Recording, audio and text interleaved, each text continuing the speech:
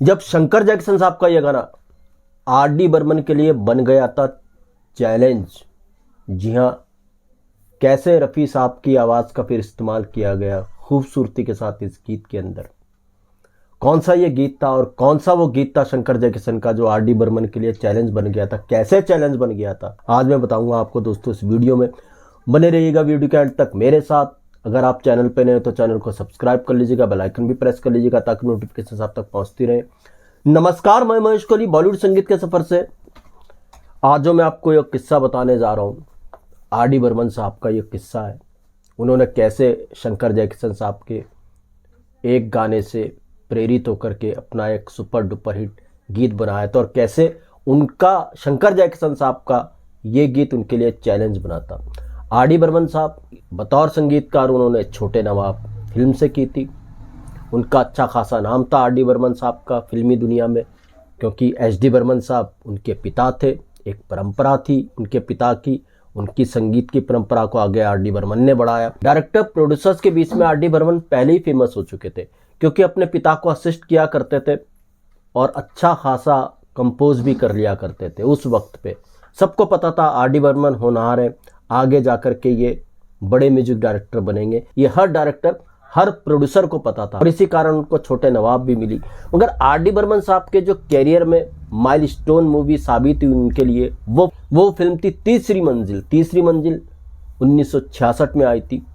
मगर तीसरी मंजिल मिलना आर डी बर्मन के लिए इतना आसान नहीं था। काफी चैलेंजेस थे तीसरी मंजिल के अंदर आर डी बर्मन साहब के लिए, क्योंकि तीसरी मंजिल के लीड रोल में थे शम्मी कपूर और शम्मी कपूर संगीत के अंदर उनकी दखल अंदाजी रहा करती थी। जिस फिल्म में वो काम किया करते थे और उनके जो फेवरेट संगीतकार हुआ करते थे वो शंकर जैक्सन हुआ करते थे। रफ़ी साहब उनके फेवरेट पसंदीदा गायक थे।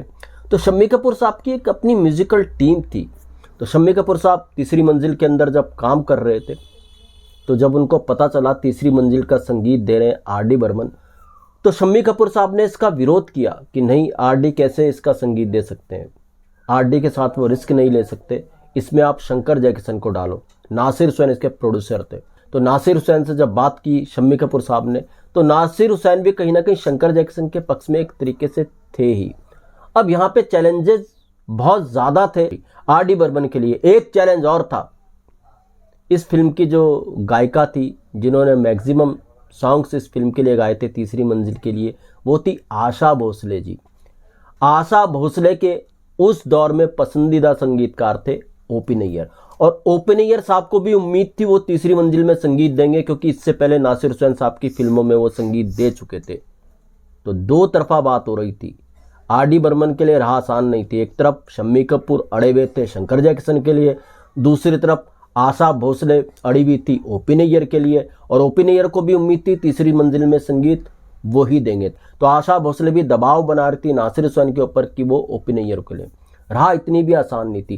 खैर साहब, ज़्यादातर जो नाम आ रहा था शंकर जैक्सन का आ रहा था कि तीसरी मंजिल में शंकर जैक्सन को लिया जाए। शम्मी कपूर काफ़ी दबाव बना रहे थे।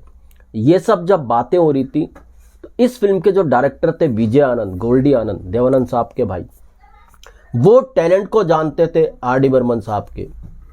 उन्होंने बात की शम्मी कपूर साहब से। उन्होंने शम्मी कपूर साहब को समझाया, देखो शंकर जैक्सन साहब बहुत बड़े म्यूजिक डायरेक्टर हैं, बहुत बड़े म्यूजिक डायरेक्टर। अगर मैं आज उनसे बात करूंगा तो एक साल बाद वो मेरा संगीत बना करके देंगे।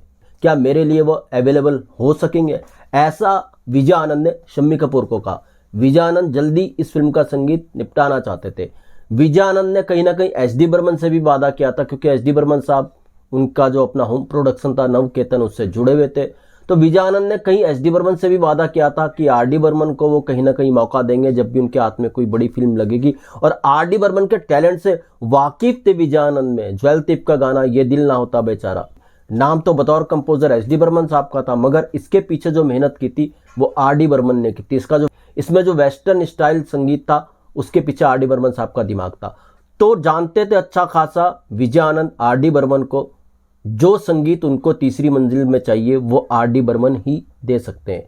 तो विजय आनंद के पसंद थे आर डी बर्मन, मगर दूसरी तरफ सब विरोध हो रहा था आर डी बर्मन के लिए। तो विजय आनंद ने जब समझाया शम्मी कपूर साहब को कि देखो इसमें आर डी ही ठीक रहेंगे और आर डी को इस फिल्म के लिए लेते हैं। खैर साहब, शम्मी कपूर तब भी नहीं माने। उन्होंने नासिर हुसैन से फिर बात की कि यार आर डी बर्मन पे कैसे विश्वास किया जा सकता है, क्यों ना इसमें शंकर जयकिशन को लिया जाए। तो फिर नासिर हुसैन ने कहा शम्मी कपूर साहब को, आप एक काम करो, पहले आर डी बर्मन को आप सुन लो, पंचम को आप सुन लो, अगर उनकी धुनें आपको पसंद आती हैं तो रख लेते हैं, नहीं पसंद आती हैं तो फिर तो ऑप्शन है ये शंकर जयकिशन। ऐसा समझाया नासिर हुसैन ने। खैर साहब सिटिंग रखी गई आर डी बर्मन साहब और शम्मी कपूर के बीच में। शम्मी कपूर को आर डी बर्मन का काम काफ़ी पसंद आया। शम्मी कपूर राजी हो गए कि जैसा उनको चाहिए संगीत आर डी बर्मन दे सकते हैं। विजय आनंद का भी फोर्स था और नासिर हुसैन ने भी शम्मी कपूर को समझाया। तो फिर आर डी बर्मन किसी तरीके से इस फिल्म के लिए फाइनल हुए। ना ओपी नैयर ना शंकर जयकिशन, आर डी बर्मन फाइनल हो गए। मगर यहां भी राह आसान नहीं थी आर डी बर्मन के लिए। एक और चैलेंज दे दिया फिर नासिर हुसैन ने आर डी बर्मन साहब को। नासिर हुसैन को शंकर जयकिशन का संगीत बड़ा पसंद था। उन दिनों गुमनाम के गीत काफी धूम मचा रहे थे। 1965 में गुमनाम आई और 1966 में तीसरी मंजिल आई। गुमनाम के गीत लोगों के दिलो दिमाग पे छाए हुए थे। नासिर हुसैन को गुमनाम का एक गीत बहुत पसंद था और वो गीत था जान पहचानो जीना आसान हो। जान पहचान हो। तो नासिर हुसैन ने आर डी बर्मन के सामने एक बात रख दी कि यार मुझे कुछ रॉक एंड रोल टाइप वाला संगीत चाहिए, जैसे शंकर जयकिशन ने दिया है गुमनाम के अंदर जान पहचानो जीना आसान हो, मुझे कुछ ऐसा ही संगीत चाहिए इस फिल्म के अंदर। अब शंकर जयकिशन साहब का जो गीत था जान पहचानो आर डी बर्मन के लिए चैलेंज बन गया।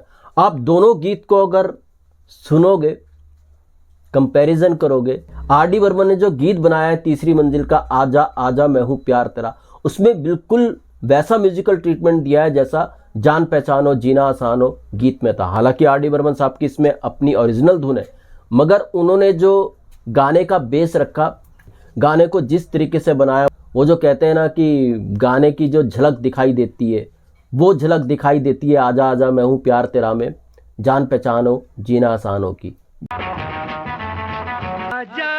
जिसको शंकर जयकिशन ने कंपोज किया था। मगर आजा आजा के लिए कमाल का संगीत दिया आर डी बर्मन साहब ने। जब ये गीत रिकॉर्ड हुआ तो शम्मी कपूर तो जैसे पागल हुए थे। अपने इंटरव्यू में आर डी बर्मन ने भी बताया कि यार क्या गजब का म्यूजिक दिया, बाप का बेटा, ये सब बातें हो रही थी। आर डी बर्मन साहब ने जैसे अपने इंटरव्यू में कहा, यानी एच डी बर्मन साहब के बेटा तो संगीत तो अच्छा देगा ही। शम्मी कपूर बहुत खुश हुए इस गीत के अंदर से। मगर ये गीत प्रेरित था जान पहचानो जीना आसानों से। आप दोनों गीतों के अगर आप इंट्रो सुनोगे, इंट्रो म्यूजिक सुनोगे, तो आर डी बर्मन ने साफ ये इंट्रो म्यूजिक जान पहचानो जीना आसान हो गीत को ध्यान में रख कर के बनाया। और देखिए रफ़ी साहब की आवाज़ का इस्तेमाल आजा आजा में भी किया गया और रफ़ी साहब की आवाज़ का इस्तेमाल जान पहचानो जीना आसान हो इस गीत में भी किया गया। आजा आजा भी सुपर डुपर हिट रहा, जान पहचानो जीना आसान हो खैर ये तो इससे पहले ही चल रहा था। तो दोस्तों तीसरी मंजिल में आर डी बर्मन साहब ने जो तीसरी मंजिल का टॉप मोस्ट सॉन्ग था आजा आजा मैं हूं प्यार तेरा, ये सॉन्ग बनाया था शंकर जयकिशन के गीत गुमनाम के गीत जान पहचानो जीना आसान हो से प्रेरित होकर के।